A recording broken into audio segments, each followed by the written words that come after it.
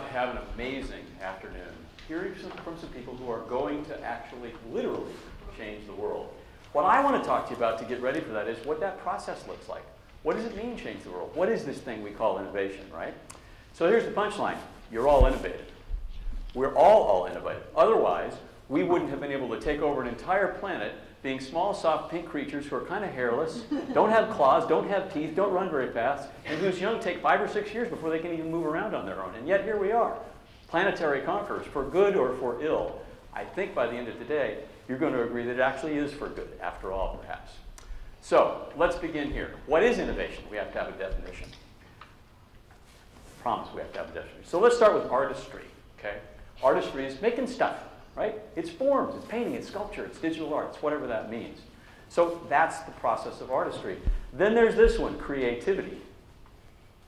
Creativity is a little different. Creativity is when we take things that are in our mind and we combine them with things that are out in the actual world and we make something entirely new that was never there before. So what's innovation?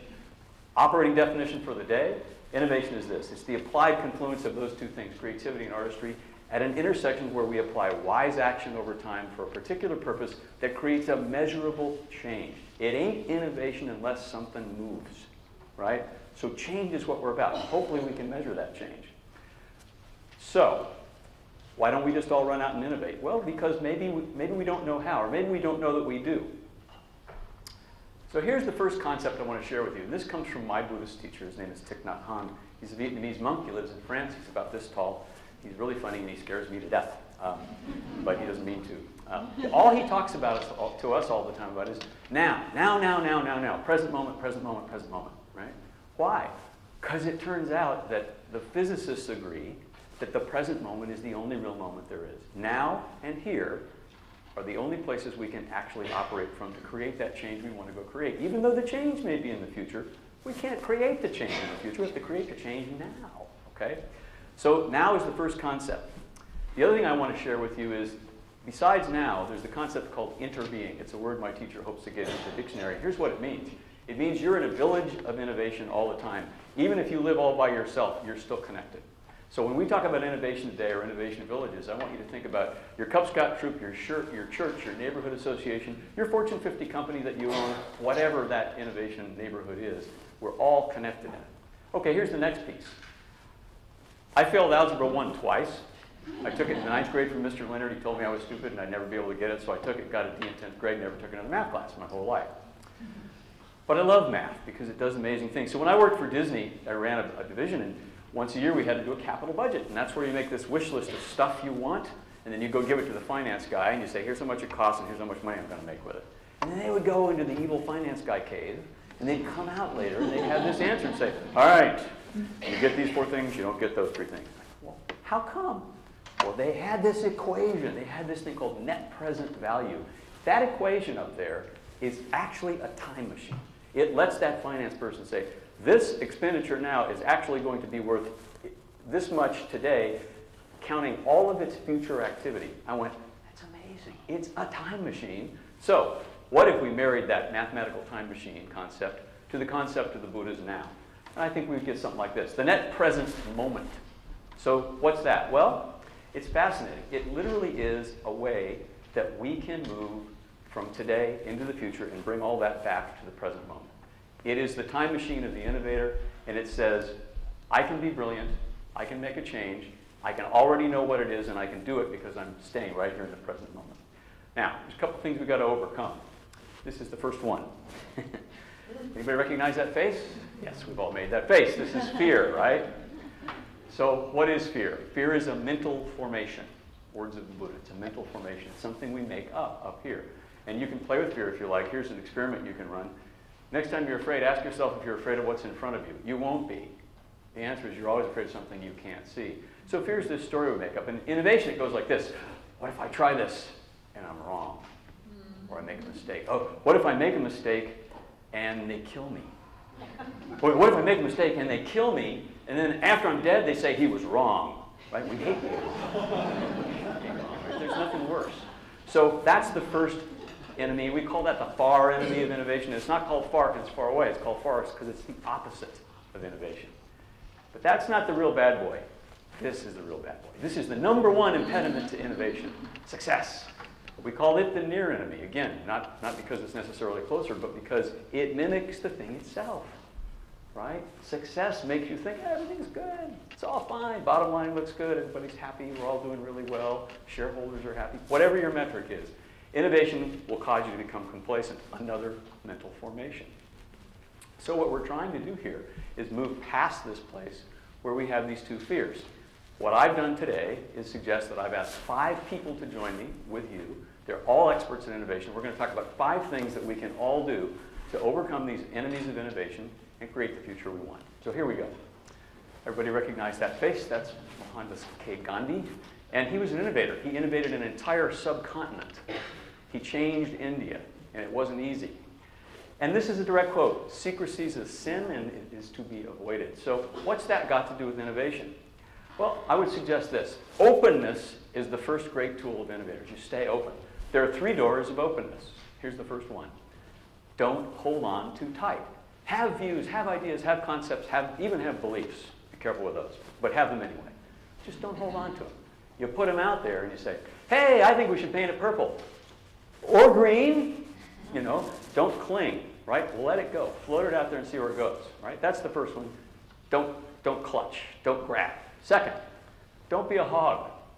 Don't keep secrets. What Gandhi said is true. If you want to innovate in your innovation village, you have to share. You have to say, hey, here's what I know, here's what I think. Everybody use it, right? If you're not familiar with the knowledge commons movement that's taken, particularly in healthcare research, you should check it out, because it's a completely different way of thinking about innovation.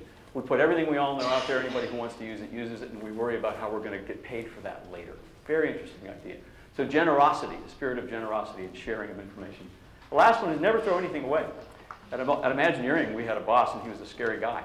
And it was time for a buy-off meeting, which meant we were ready to present our Epcot show, for final production. So we're all there. We've been working like demons, and he comes in, and he looks at us and says, nope, that's not it.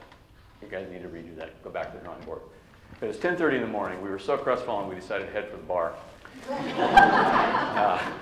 On the way out, he kind of saw us with our faces all hanging. He said, hey. I didn't say it was bad. It's just not the right show for this attraction.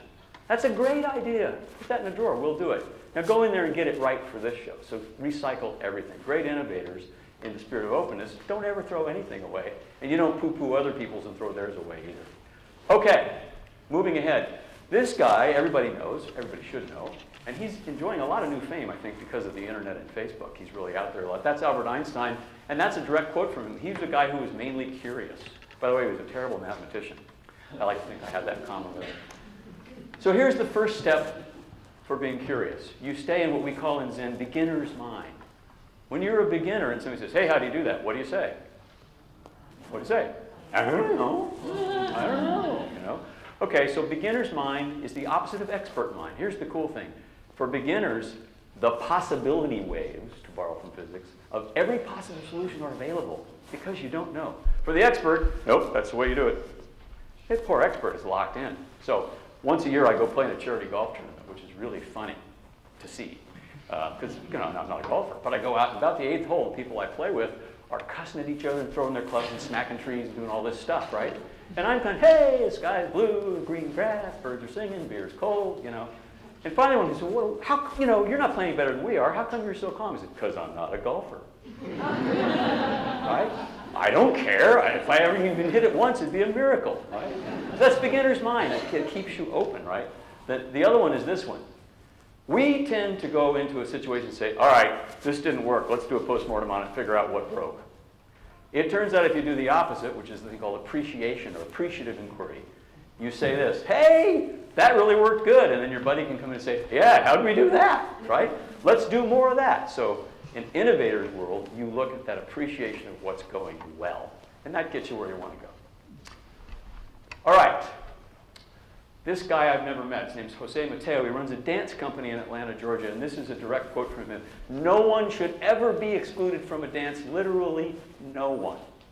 That's pretty great, particularly for me, because you couldn't make me dance if you threatened me with a shotgun, right?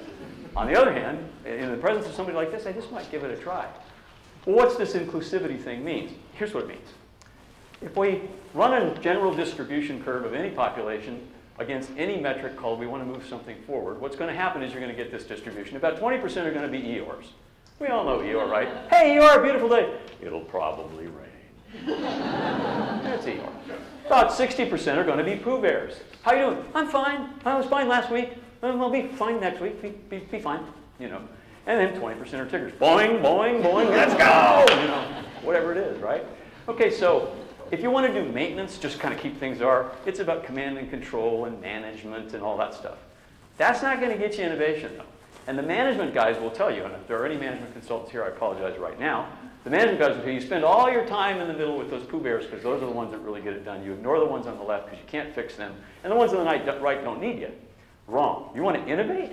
Your world has to look a lot more like this. You've got to embrace everybody. You want to embrace every single perception in your world, including her, even though she be scary, right?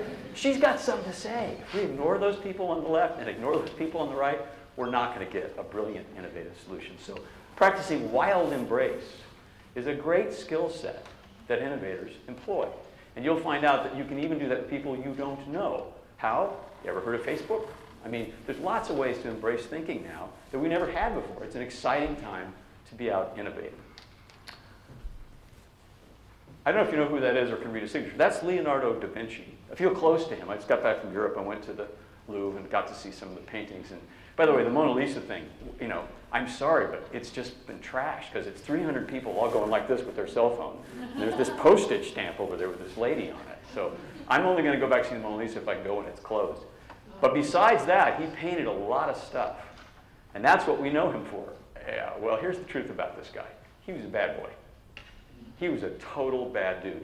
He broke every rule he could find. He actually did this. He went out and happened to the world. Why do I say that? Well, first of all, he completely changed the way you painted. And in those days, by the way, you had to get permission to do that.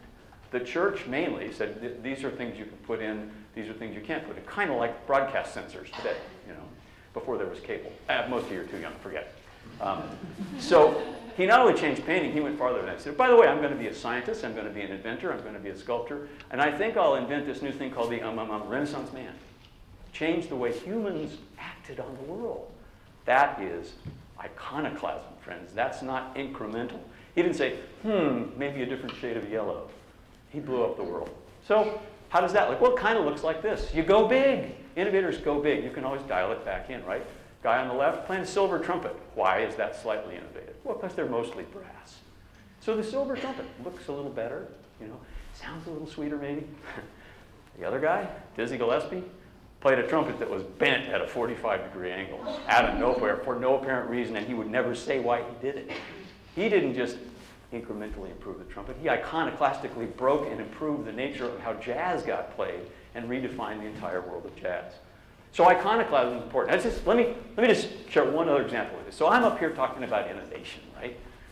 This doesn't look, you know, I'm not very, so I could say, well, I'll tell you what, if I'm going to be an innovative guy, you know, I'll just take my jacket off. All right, so, all right, now I'm a little looser, right? That's incremental. This, my friends, is iconoclasm. This is what you do if you really want to be innovative.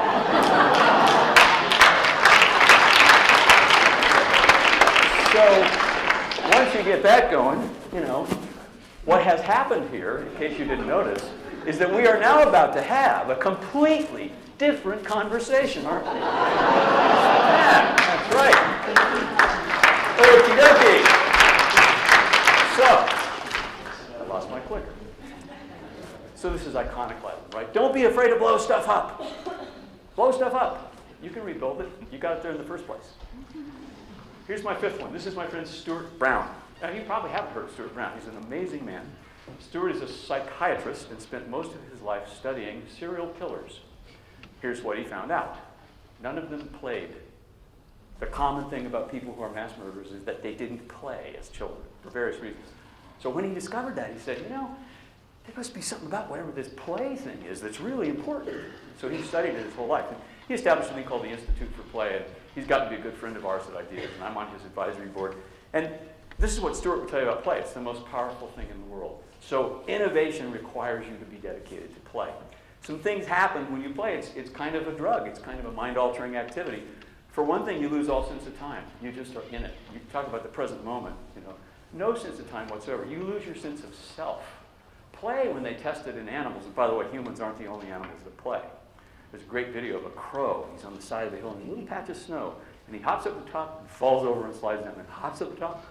He's not mating behavior. He's just having a blast. He's sliding down the hill, you know. So animals will play, and they'll choose play over eating. They'll choose play over breeding. They'll choose play over everything else. It's one of the only activities animals do that you do for its own sake. And it's the world of improvisation. So people who are playing really try stuff. If you can sneak up on some kids, you can see this, right? You have to sneak up, though. It's, you know, a little bit of, okay, I'm going to be the dragon, and you're going to be the knight. Yeah, okay, I'll be the knight, but I'm going to breathe fire, too. Well, okay, then I'm going to breathe oxygen. There's no rules. They're just riffing. They're just having a great time. They're defining that. So play is the fifth strategy to go out and innovate. All right. I don't know if you wrote on a piece of paper, like I asked you, something that's limiting you, but whether you did now or you do it later, and I encourage you to really do this, either write it digitally or on a piece of paper, something that's keeping you from the innovation you want. I'm going to tell you now what that paper is going to say. It's going to say stuff like this. Oh, no, I'd love to, but I got a family to take care of. I mean, I got kids. Or, hey, man, look, that's risky stuff. We got a bottom line. I'm going to get smacked. Or, you don't understand. We work for the government. We know policies. We have procedures, right? Yeah, blah, blah, blah, yada, yada, okay? Everybody's got something, right? We all got something. Do you know what that is? That's the voice of those two enemies. That's that voice. That's that mental formation in your head saying, be afraid, be very afraid, because maybe you're wrong. Or, don't rock the boat, life is good, you got your bonus, shut up. Both of those are wrong. So I want to challenge you to overcome those. You've got 5 things you can now go out and do. And every one of us in this room knows how to do these things. So this afternoon, for the rest of the day, your mind is going to be blown by how the world could look in the future. And I want to give you an assignment, which is to basically come and join everyone else who's up here today. So here's the idea. First, I want you to burn that piece of paper. I want you to go home, and I want you to set fire to it. Or if it's digitally, just delete it. Turn it back into electrons. Turn it back into carbon and energy. Get it out of the way. That act alone will be liberating. Second, try staying present. Try being here now, wherever you are, whenever you are. Be there. A really good way to tell this is how many seconds, and I say seconds, particularly for you young people, can you be alone with your own mind without any music, without any media, without nothing? Practice that. Stay in the present, because this is where the anchor is that gets you what you want. Third, I want you to try these 5 things. Here's the bonus. If you get an innovative result, I want you to send me an email and tell me what happened. If you do, I will send you the other 5 things. Because just like Yoda said, no, there is another, there are actually 5 more. All right. Hold on to your seat. It's going to be a fabulous afternoon. And I just want you to remember before I leave, you are actually who you've been waiting for to do all this innovation. Have a great day. Thank you.